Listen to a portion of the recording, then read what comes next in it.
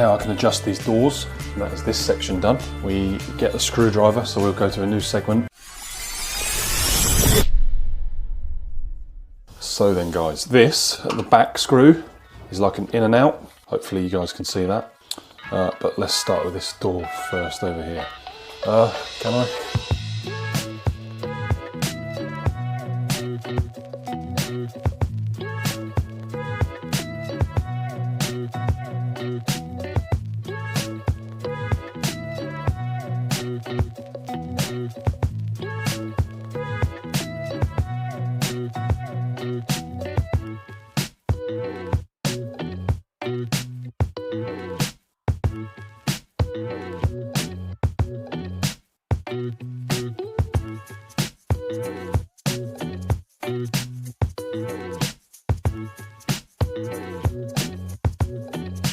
There we go. Not too impressed with that, but that's there.